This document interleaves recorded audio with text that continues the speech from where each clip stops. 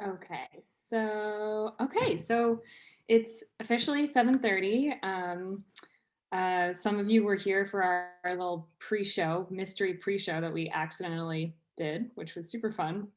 Um, but thank you all for being here. I'm Julia. I'm from the Maine Film Center, and we're here with Charles Nero, professor at Bates College. So it looks like a lot of you are from Bates and from Colby, so we're really happy to have a robust audience here to talk about BLACKKKLANSMAN. Um, so hopefully you all saw BLACKKKLANSMAN at least either when it came out at Railroad Square or recently. Yeah, Charles, take it away. All righty. So I am going to talk a bit about Black Panther. It's a project I'm working on as a part of interracial buddy films.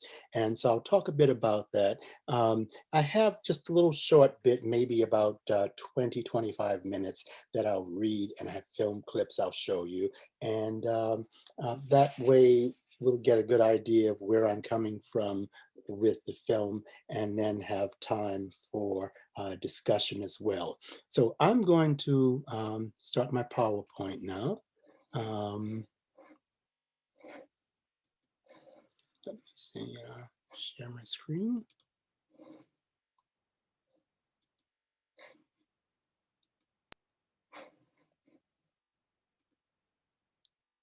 All right, so Spike Lee's BLACKKKLANSMAN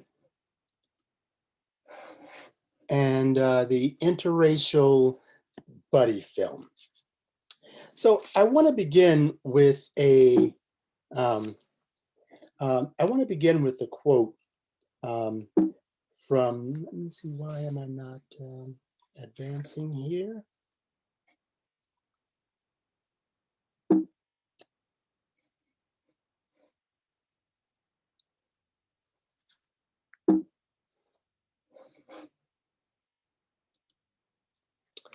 I want to begin with a quote from, excuse that little glitch there.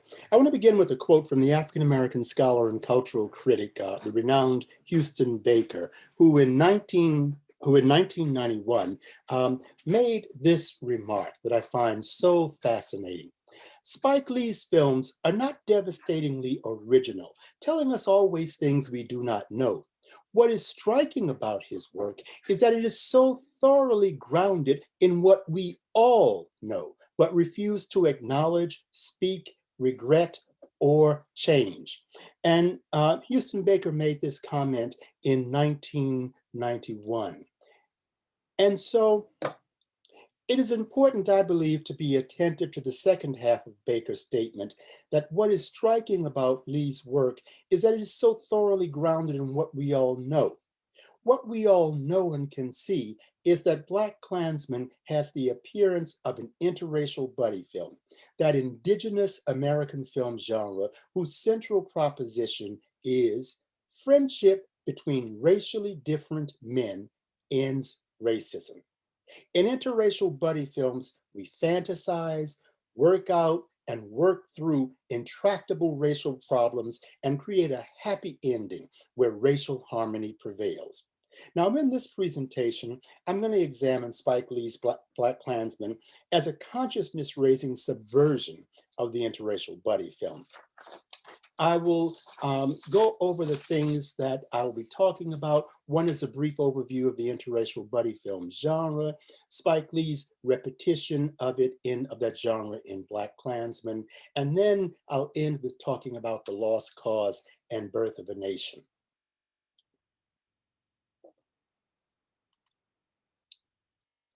So, the interracial buddy film has interracial buddy narratives have a really long history in American literature. Just recall Mark Twain's Huck Finn and Jim, for example. However, the interracial buddy film has a more recent history in American film. It began in earnest during the Cold War, with Hollywood using interracial friendship to secure Black American loyalty in the fight against communist appeals to people of color in the US. In films such as The Home of the Brave, 1949, The Steel Helmet, 1951, Bright Victory, 1951, a multiracial, multi-faith, and multi-ethnic troop of American soldiers bond with each other to combat and defeat a communist enemy. The Steel Helmet is a useful example of how the interracial buddy film incorporates this political ideology of American nationalism. The movie is set during the Korean War.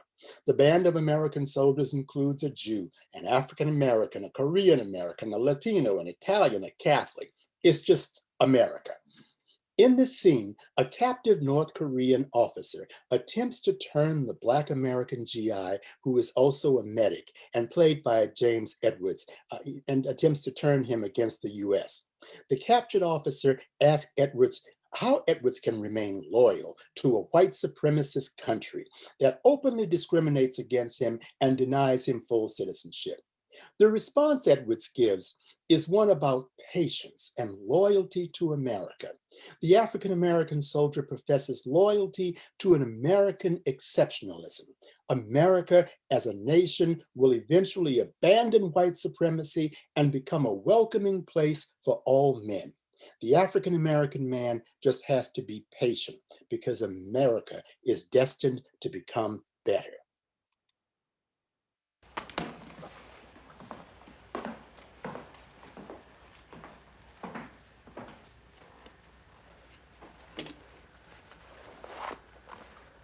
I just don't understand you. You can't eat with them unless there's a war. Even then it's difficult. Isn't that so? That's right. You pay for a ticket, but you even have to sit in the back of a public bus. Isn't that so? That's right. 100 years ago, I couldn't even ride a bus. At least now I can sit in the back. Maybe in 50 years, sit in the middle.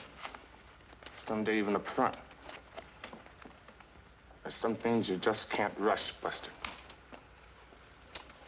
You're a stupid man. You're the stupid Joe. Why don't you get wise, Buster?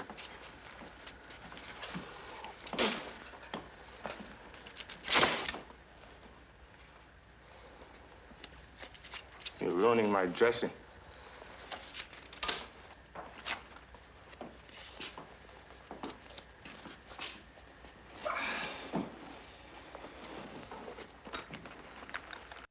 So as we can see, the scene from Steel Helmet is showing how Hollywood is laying the groundwork for a genre that propelled the stardom of Sidney Poitier during the Civil Rights Movement and evolved into the interracial cop police force franchises of today. By the late 1950s and continuing through 1969, studios created films specifically for Sidney Poitier that focused on his ability to forge interracial alliances with white men. In The Defiant Ones, from 1959, Poitier and co-star Tony Curtis were convicts on the lam, yet chained together. Initially, they hated each other because Curtis's character was a working class and racist. Because the two were chained together, though, they had to work together to evade capture, as the movie endlessly shows us.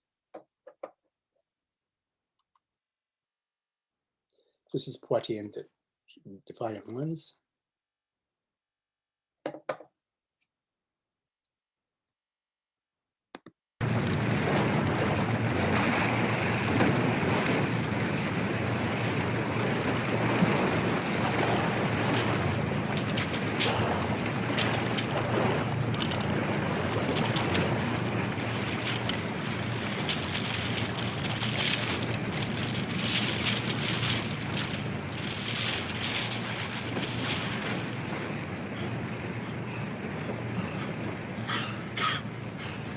I almost swallowed half that red.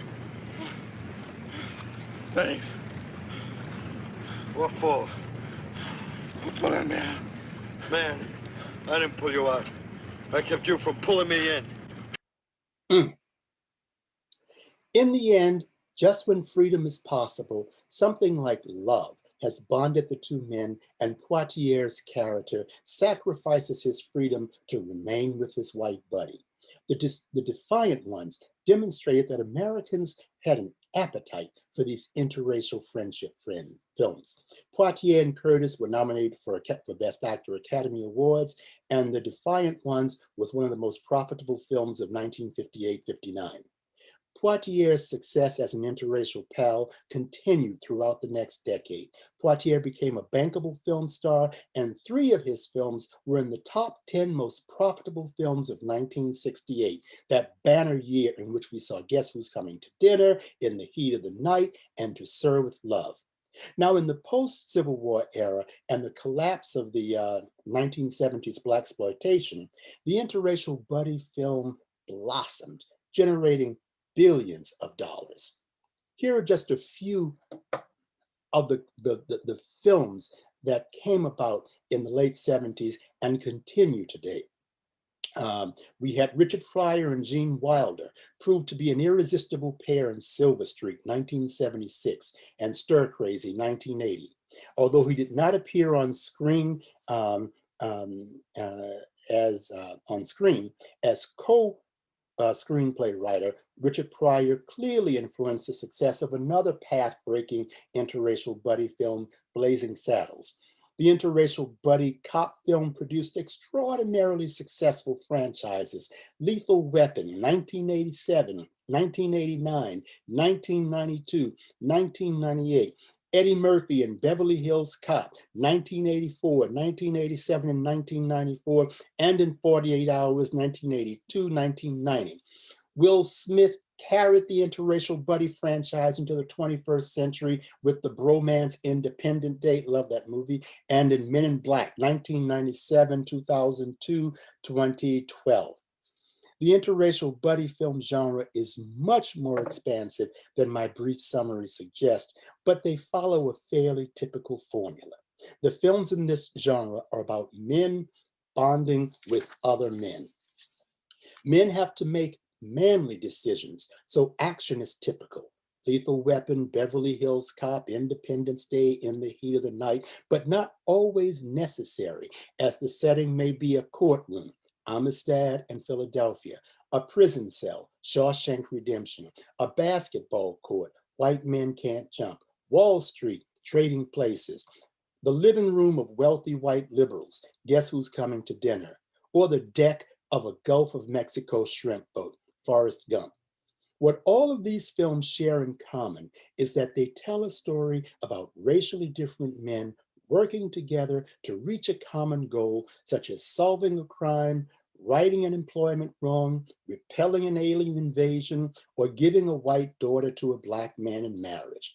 The men overcome their differences and sometimes their overt hostilities to each other, for only by cooperating with each other and learning to value their differences can they find success. Typically, these movies end or include a moment in which the racially different men avow their love for each other. The love between the men is always chaste, but their love for each other is undeniable. The image of their chaste love resolves the narrative. The predictability of the plot and outcome of the interracial buddy film is undoubtedly a source of its popularity.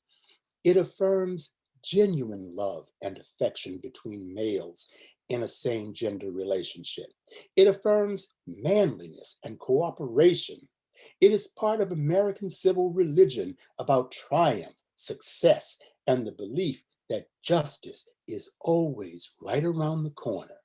It affirms American exceptionalism through its belief that ending racism and white supremacy is as simple as Black and white men becoming friends. Of course, film tells us a lie that racism ends when friendship begins. The basis for this lie is that racism is reduced to merely an internal state. It is one-dimensional, lacking, that is, in institutional, historical, or political ramifications that create and sustain white supremacy. The interracial buddy film is a fantasy for our deepest insecurities about racism and white supremacy. Let's turn now to Spike Lee's BLACKKKLANSMAN. BLACKKKLANSMAN seems to satisfy our yearning for a quick, easy remedy for white supremacy. It is set in the 1970s when the Colorado Springs Police Department decides to integrate its police force. The film makes its commitment to the interracial buddy formula in typical fashion of a Black man and a white man dominating the frame. In this case, it is the chief of police and a Mr. Turrentine, involving Ron Stallworth to be the first African-American hire for the local police force. Of course, the chief of police and Turrentine refer to another famous interracial buddy pair, the baseball star Jackie Robinson and Branch Rickey. The main interracial buddies, however, in BLACKKKLANSMAN will be Stallworth and the white and Jewish Flip Zimmerman. Let's look at that scene.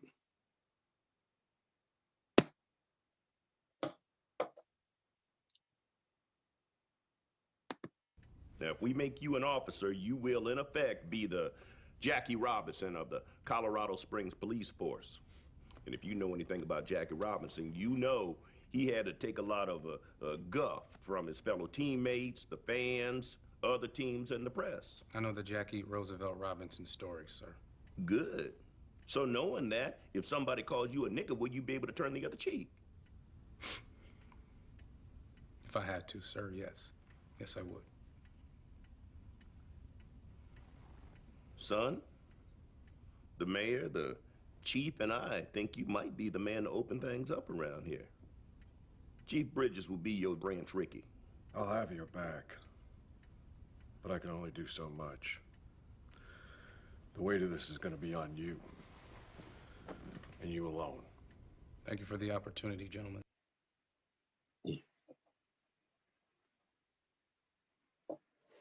Now, as I said, the main interracial buddies in BLACKKKLANSMAN are Ron Stallworth and the white and Jewish Flip Zimmerman. The two are the youngest detectives on a majority white, but now multi-ethnic. Once Flip is exposed as Jewish, it is now a multi-ethnic, multiracial, and multi-religious police force. The bonding between the two men is initiated by Ron's actions as a detective. Ron poses as a white supremacist on phone calls with the head of the Ku Klux Klan chapter. When the Klan leader wants to meet him in person, Ron convinces Flip to impersonate him. From the outset, Ron, the African-American, is just all into the investigation to bring down the Klan. But Flip is reluctant because he has been passing as an ethnically unmarked white man. Flip, it's intel. Well, I'm not risking my life to prevent some rednecks from lighting a couple sticks on fire. This is the job.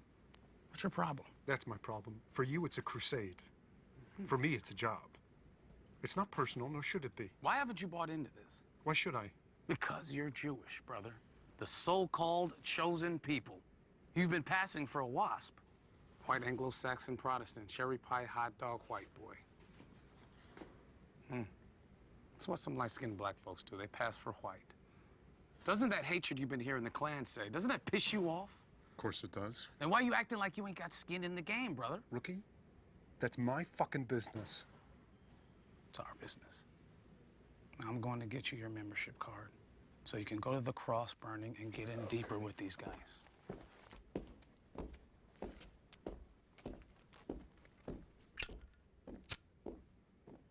Right, partner? All right, and I hope that we can come back and discuss this scene and the issue of Flip passing as Gentile.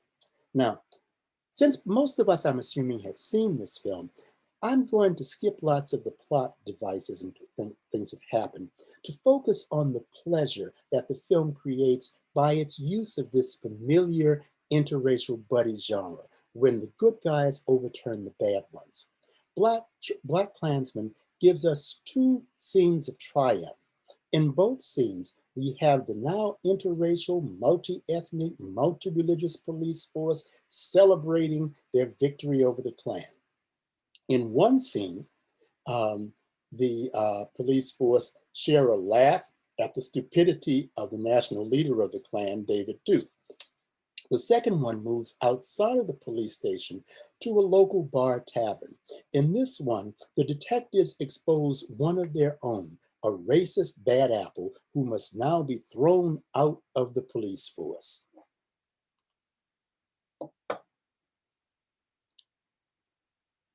Who's the soul sister, Ron? You've been holding out on me. Right, take it easy, take it easy. Oh. You don't remember me, do you? Brother Kwame? Stokely Carmichael? Oh, yeah, yeah. You look good that night. You look even better now. How often do you do that to black people? Do what? Pull us over for nothing? Harass us? With your hands all over a woman in the guise of searching her? Call us everything but a child of God? I don't know what you're talking about. Just like I told you. You're just taking advantage. In the end, talking loud, saying nothing. Let me tell you both something. I've been keeping you people in line in this city for years. What I did to your girl that night, I could do to any of you, anytime, any place. That's my prerogative. I could even bust a cap in your black ass if I feel like it. Nothing will be done about it. I wish the two of you been blown up instead of good white folks. Get it? Oh, I do get it. Do you get it, Patrice? Yeah, I totally and completely get it. Jimmy, did you get it? Oh, yes, I got it. Flip, did you get it? Oh, yeah, I got it. Chief, do you get it? Oh, I really get it. You're under arrest. What? Are you out of your mind? Police misconduct. Sexual misconduct. What about my rights? How are the people? The old hidden mic trick. Yes, it was all my work. Hello. It's a tape job. Works every time. Hidden mic. Good job, everybody. Now, typically interracial buddy films end at this point. All is right in the world. Justice exists. Order has been restored. Black and white men are friends. Yet BLACKKKLANSMAN doesn't end here. Ron and his girlfriend Patrice are back in their apartment and are startled by a disturbance outside. Patrice and Ron both get handguns. They exit the apartment, and then the film departs into a surreal moment, indicated by Spike Lee's signature double dolly shot. The armed Ron and Patrice evoke black action heroes of the 1970s blaxploitation era. Then Lee evokes an image from slavery, dogs barking in pursuit of a runaway slave. Ron and Patrice float towards a window that evokes the image of the door of no return from which enslaved people left West African fortresses to America. This is the Gorée Island door of no return off the coast of Senegal. This is a brilliant moment of cinematic surrealism in which Lee stamps the Black experience onto the interracial buddy film. Lee's Black experience stamp is the concept of Sankofa. Sankofa is a metaphorical symbol used by the Akan people, used by the Akan people in the West African nation of Ghana. It is a proverb that means go back and get it. The Adinkra symbol for it is most often a bird with its feet facing forward, but its head turned backwards, usually retrieving an egg from its back. The proverb means that we must understand the past if we are to go forward. We see Spike Lee creating Sankofa in this scene as he bends time in which past, present, and future collide. Beyond the door of no return is the future United States, our present. But our present means we must confront our past. We are no longer in the 1970s setting of the movie, but we are now in Charlottesville, Virginia, at the white supremacist rally to unite the right. Ostensibly, the purpose of the rally was to protest the removal of a statue of Confederate General Robert E. Lee, but there is so much more. We hear shouts of white supremacy and neo-Nazi slogans against Jews. A driver weaponizes his car and kills one woman and injures many others. Then President Donald Trump, a former President Donald Trump, pours more fuel on the fire, proclaiming that there are good people on both sides.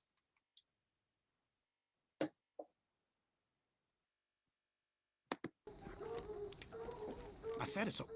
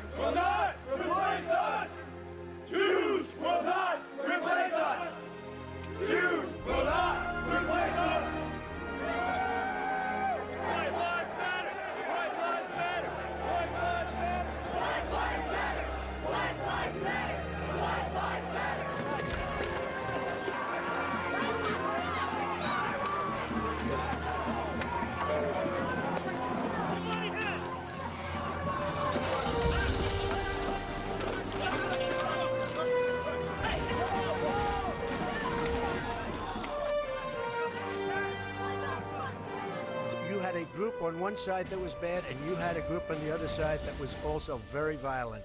Nazis, go home! Not all of those people were neo-Nazis, believe me. Not all of those people were white supremacists. But you also had people that were very fine people. Because I believe that today in Charlottesville, this is a first step toward making a realization of something that Trump alluded to earlier in the campaign, which is this is the first step toward taking America back. Wow. So clearly, Spike Lee, in the invocation of Charlottesville, is also invoking and calling to our attention the lost cause narrative. Now, this narrative becomes even more pronounced because Lee actually includes two examples of the lost cause narrative from American cinema, two of the most important ones, Birth of a Nation and Gone with the Wind. Birth of a Nation in 1915 and Gone with the Wind from 1939. Let me just turn real quickly to Birth of a Nation and Spike Lee's use of it, because I want to do that real quickly so that we have time to talk about some of these scenes and ask questions and have good discussion. So, what to me is fascinating about Spike Lee's use of Birth of a Nation in particular is when it appears in the movie. It appears in the movie during a screening at a Klan home, at the home of Felix Hendrickson. And what is fascinating, what really fascinates me, is suddenly Spike Lee calls our attention to Felix's wife, Connie Hendrickson. Connie's, and let's look at, as they are watching this film.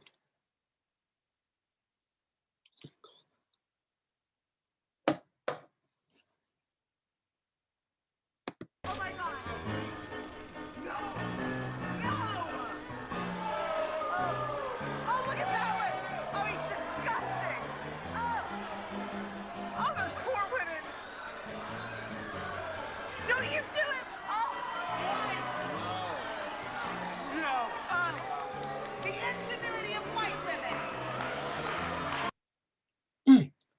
Connie's remarks, especially her one about the ingenuity of white women, they are a snapshot of the significant but often overlooked and buried history of the role of that white women played in promoting the lost cause narrative. White women, in particular the Daughters of the Confederacy, played the pivotal role of fundraising for most of the Confederate monuments that cover the Southern landscape. Their tireless work as fundraisers, as educators, and lost cause advocates led them to almost succeed at actually acquiring congressional funds to erect a monument to honor the Black Mammy in what is now DuPont Circle in Washington, D.C. The Black Mammy, the loyal slave, was an ubiquitous cornerstone in lost cause narratives, speeches, literature, and later films. Let us not forget, Hattie McDaniels, first African-American to win an Academy Award, wins one for Gone with the Wind, playing a character whose sole name is Mammy. Connie Kendrickson typifies the spirit of her lost cause ancestries. The first time we see Connie, we see her pushing against her role as a subservient wife. Though I'm reluctant to use the term feminist for Connie, she has many of the traits that we associate with ambitious women who want to move beyond the domestic sphere.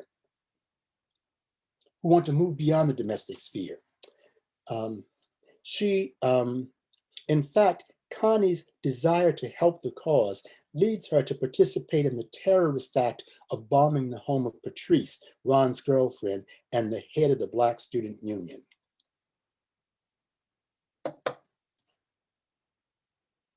I brought some cheese dip and crackers. Would you like some? Thanks, honey. Thank you.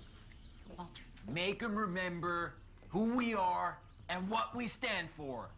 We are the organization. I read something in the Gazette that this nigger named Carmichael held a rally and that some college nigger girl from the Baboon Student Union was attacking our police. I mean, this girl is dangerous. She's like that commie Angela Davis, and I think we should shut her mouth. Here. I clipped the article. That'll be all. Love you, sweetie.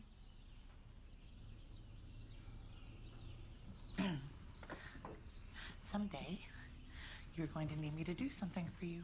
Just wait and see. And I will be right in here. Why don't we,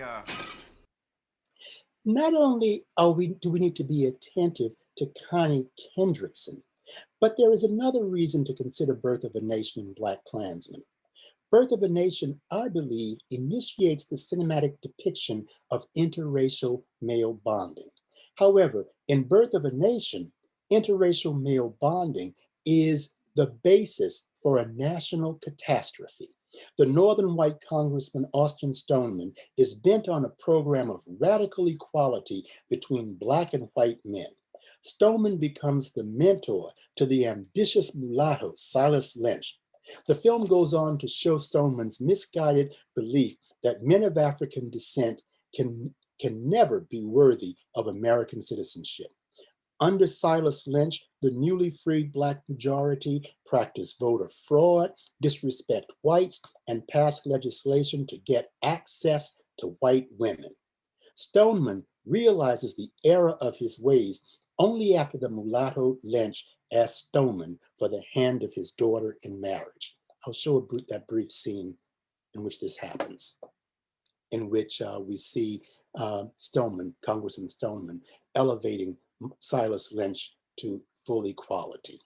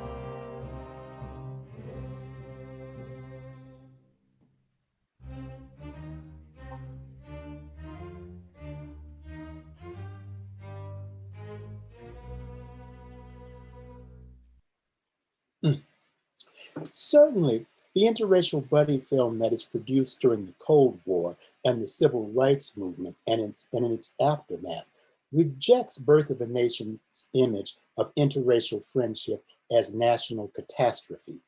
However, it is also obvious that Spike Lee and his screenplay writers are fully aware that Birth of a Nation is the palimpsest upon which all American interracial buddy films are overlaid. Thus, the use of Birth of a Nation in BLACKKKLANSMAN instructively exposes the lie about friendship in the national narrative. Birth of a Nation lies when it argues that interracial friendship provoked a national catastrophe that only the Ku Klux Klan could solve. Likewise, interracial buddy films of today lie when they argue that interracial friendship is a godsend that will end racism and white supremacy. BLACKKKLANSMAN uses traditional film storytelling, I will conclude, the popular interracial buddy film, to expose the truth to us that the lost cause is both past and present. The truth is evident to the viewer in the surreal Sankofa moment when Patrice and Ron float to the door of no return. On the other side of the door is the future, but it is the past that Ron and Patrice have fought in their present day. BLACKKKLANSMAN asks its viewers to wrestle with this question. What future are we making if we have not yet addressed the injustices of the past that reside in the present? Spike Lee gives us consciousness raising as Sankofa. To return to Houston Baker's quote I made at the beginning of this talk, what is striking about Spike Lee's work is that it is so thoroughly grounded in what we all know, but refuse to acknowledge, speak, regret, or change. Thank you.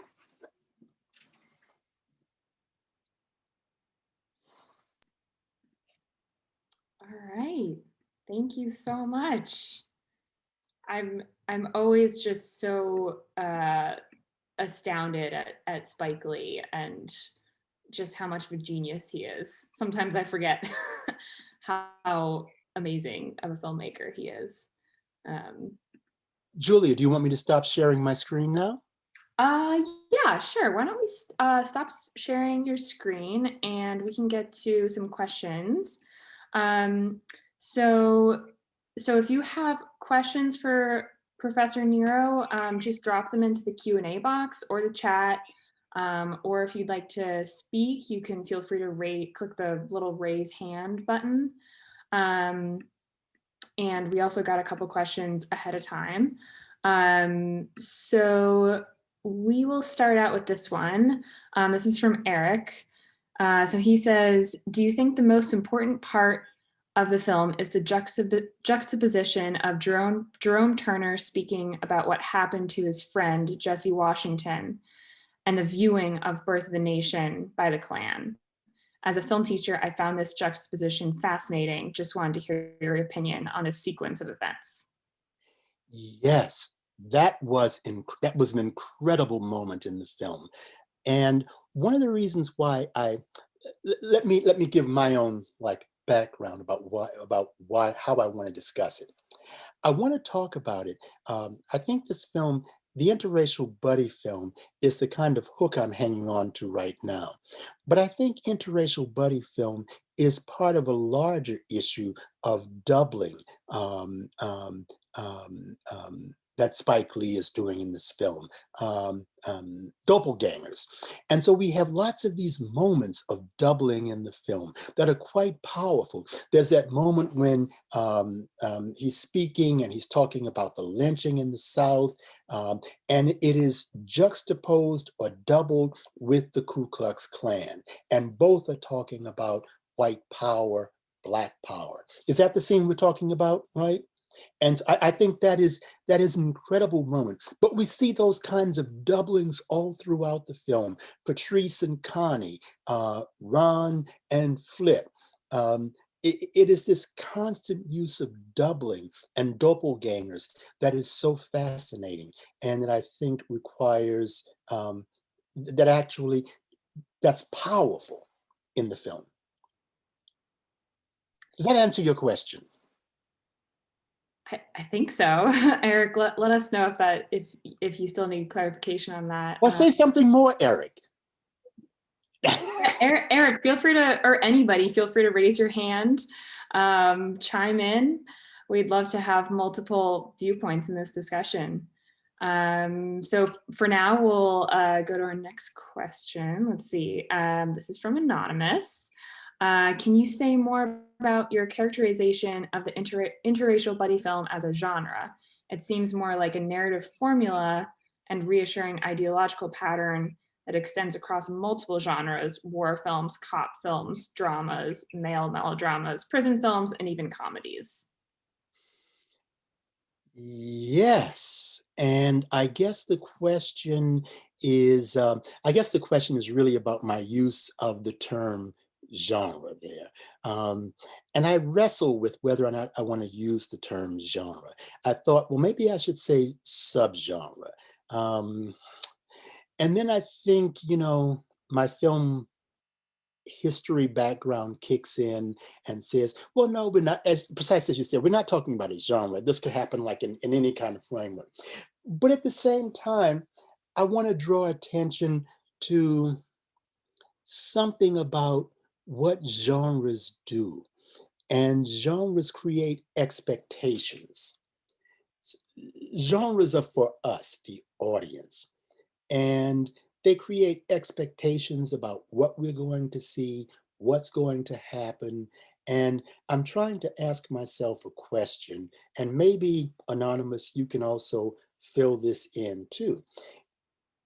When we see a Black film star, and we go to see a movie with a Black film star,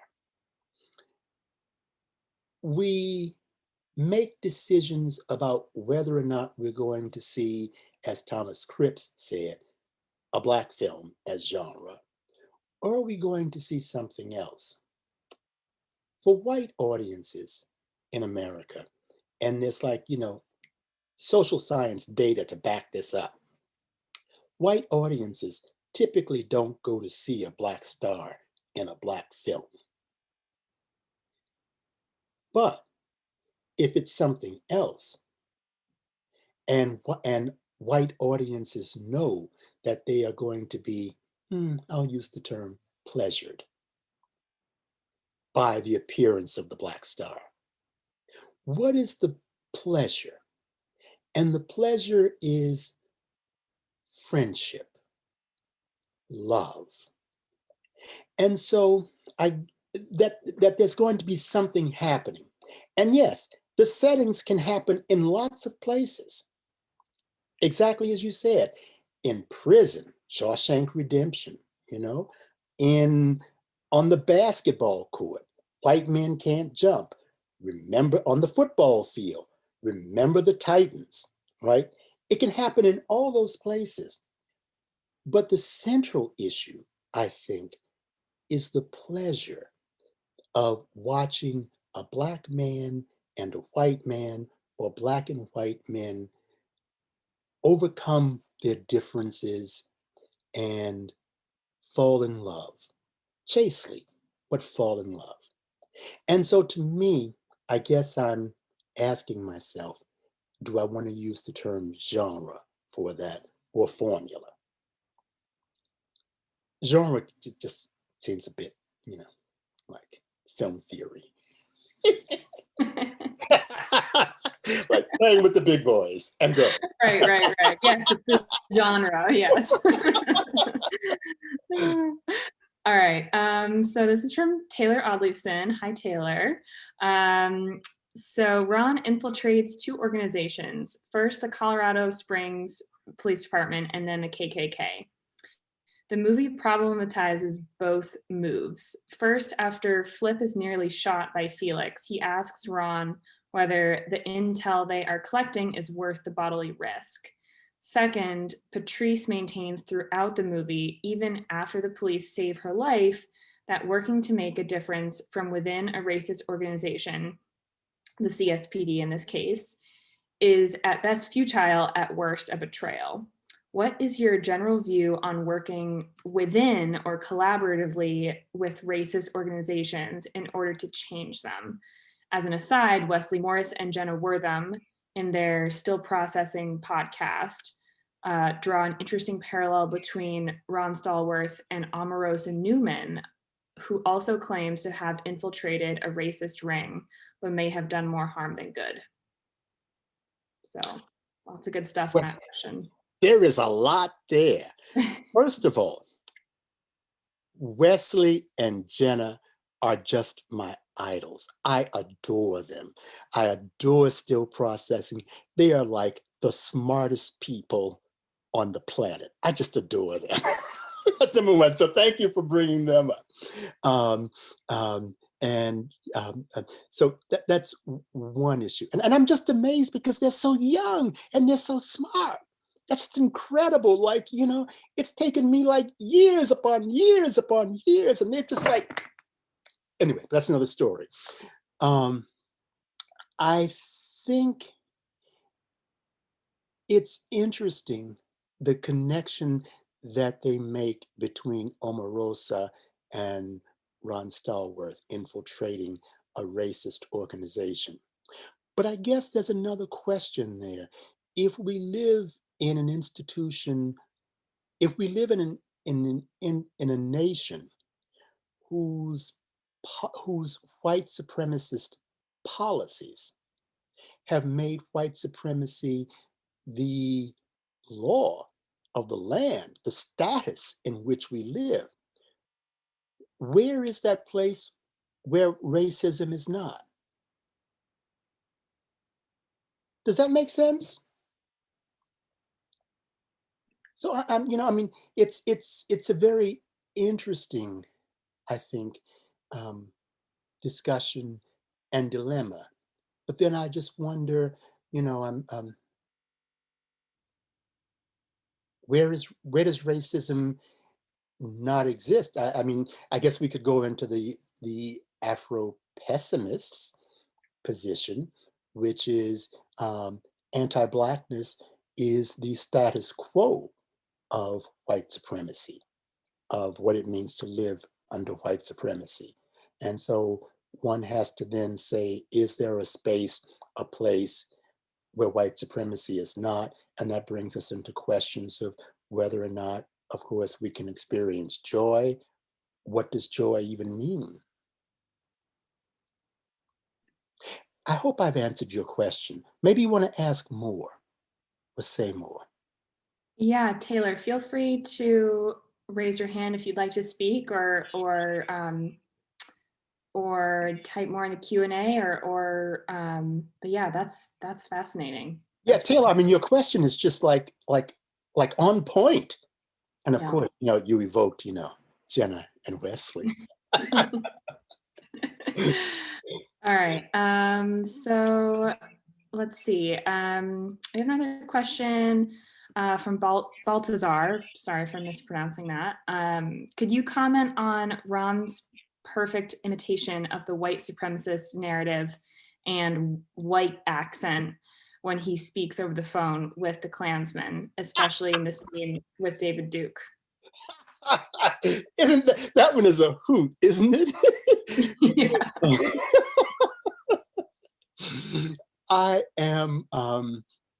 This is something I think that is so fascinating, that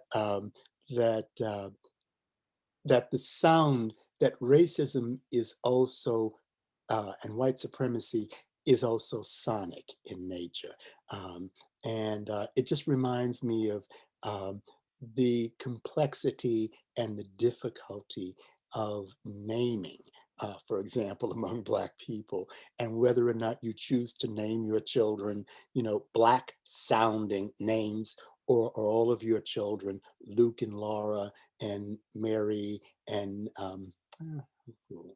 Beth. What does that mean? And the fact that the sonic is so critical and important in how we monitor race, and that Spike Lee actually kind of plays with that and turns it up on its head, and that here you have David Duke, saying, "Oh yeah, because you can tell, black people from white people because black people say, is it ara? Arya, ara." And so that's also a part of the pleasure that we get in one of the scenes of pleasure at the end conclusion of the film, that the world is turned, that all of the office of cops, they all embrace in interracial fraternity. They're all men. They're all embracing interracial fraternity and bonhomie, like, oh, ho, ho, ho, that David Duke, he's so racist. And we move on. Or so we think we do. Right. Okay, so on the topic of doubling, can you say more about the ways in which recent and contemporary political rhetoric is placed into the mouths of these characters? For example, David Duke in the film essentially quoting Stephen King from Iowa.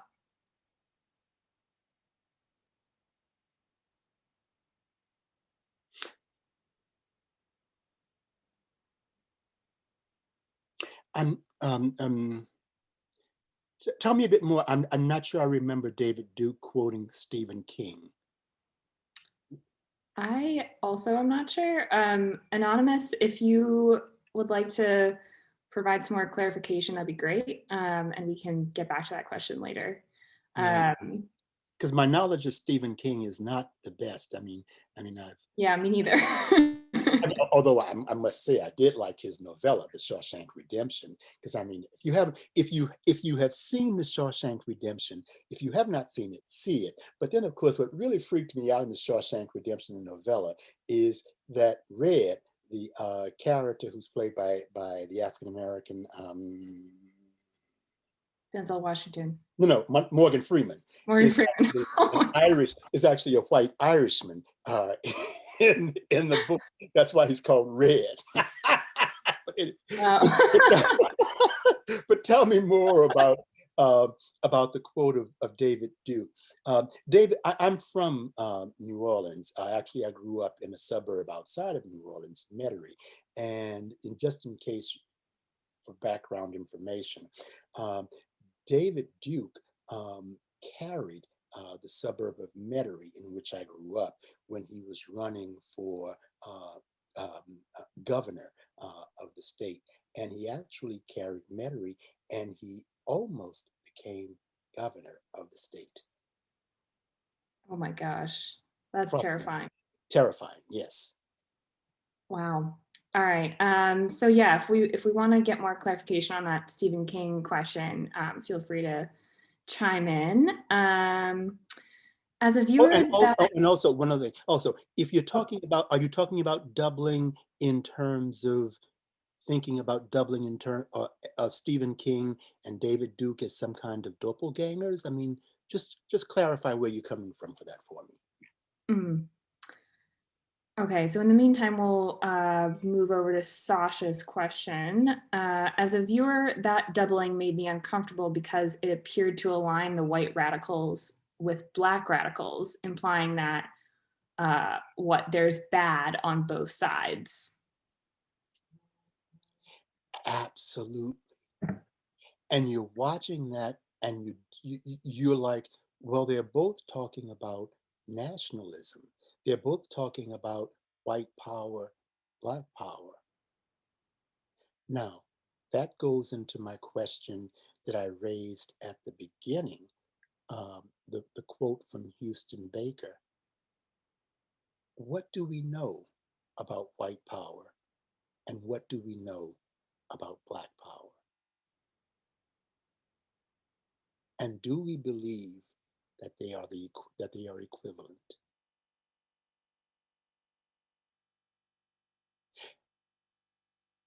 And so then the onus, the responsibility is on us, the viewer, to ask ourselves, what do we know about white supremacy?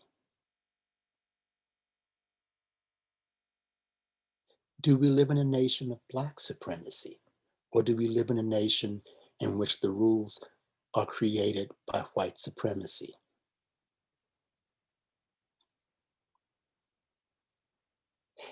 And that puts the responsibility on us, the viewer.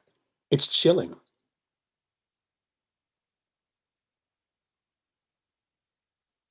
And I think we know the answer. But we have to force ourselves to reckon with that. Right, and that's something What's the we difference between Black Lives Matter, All Lives Matter? Of course, all lives matter. Right, it's a conversation that we're only just beginning to have, it seems like, in this country. Right. Okay, so we have time for one more question. Let's see. The interracial relationship formula that is established in the films you mentioned, is it the same formula for films where Black women lead? Thinking about films like The Help, Hidden Figures, or Harriet. Oh, this is interesting.